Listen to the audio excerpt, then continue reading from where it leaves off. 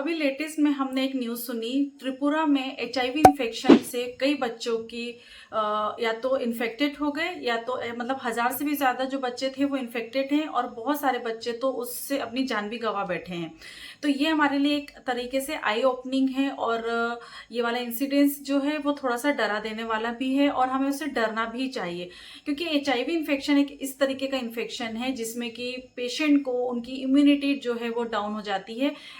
HIV एक तरीके का वायरस होता है जो कि ह्यूमन में स्प्रेड हो जाता है, तो वो एक तरीके से एड्स को क्रिएट करता है।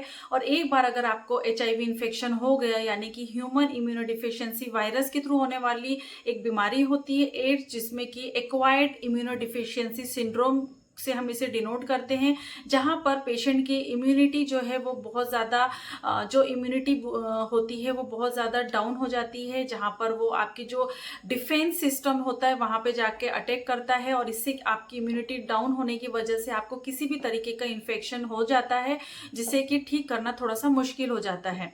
एचआईवी या एड्स जो है वो दो मेनली तरीके से स्प्रेड हो सकता है या ट्रांसमिशन हो सकता है।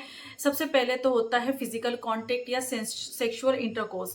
तो इसके चांसेस, इसके स्प्रेड होने के चांसेस इसमें तो बहुत कम होते हैं, लेकिन मेन कॉज अगर देखते हैं, जब भी कभी एचआईवी इन्फेक्शन होता है तो one of the main cause होता है वो होता है फिजिकल कांटेक्ट के थ्रू होना। तो जब भी कभी आप इस तरीके के रिलेशन में हैं और आप सामने वाले के अगर एचआईवी स्टेटस को नहीं जानते हैं, तो बेटर यही होगा कि आप कोई भी बैरियर मेथड का यूज करें बिफोर द सेक्सुअल इंटरकोर्स, या फिर आप मेल या फीमेल दोनों ही यूज कर सकते हैं, या कंडोम जो है वो उसका भी यूज कर सकते हैं। सेकेंड जो होता है वो होता है ड्रग अब्यूज। कई बार कुछ गलत संगति की वजह से आजकल के जनरेशन में या आजकल की जो यंग पीढ़ी है वो इंजेक्शन या ड्रग अब्यूज के चक्करों में बहुत जल्दी पड़ जाती है। तो उससे भी ये इन्फेक्शन जो है, एक दूसरे की निडल प्रिकिंग से भी बहुत जल्दी ये इन्फेक्शन जो है एक से दूसरे में स्प्रेड हो जाता है। इसी तरीके से जो प्रेगनेंसी में अगर कोई फीमेल है और वो एचआईवी पेशेंट है, तो वो मदर टू चाइल्ड में भी ये स्प्रेड हो जाता है। और मिल्क जो होता है या ब्रेस्ट मिल्क जो होता है, उससे भी मदर से बच्चे में ये स्प्रेड होने की इसकी संभावना होती है।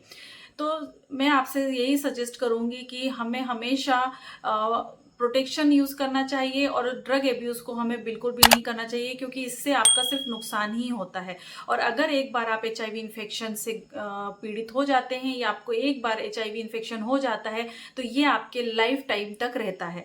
और अगर आप ड्रग एब्यूज करते हैं तो ये किसी भी तरीके से आपको कोई भी फायदा नहीं पहुंचाता है, ये नुकसान ही पहुंचाता है। और ऐसी कई सारी बीमारियां निडल प्रिकिंग से हो सकती हैं जिसका अब तक कोई इलाज भी नहीं है।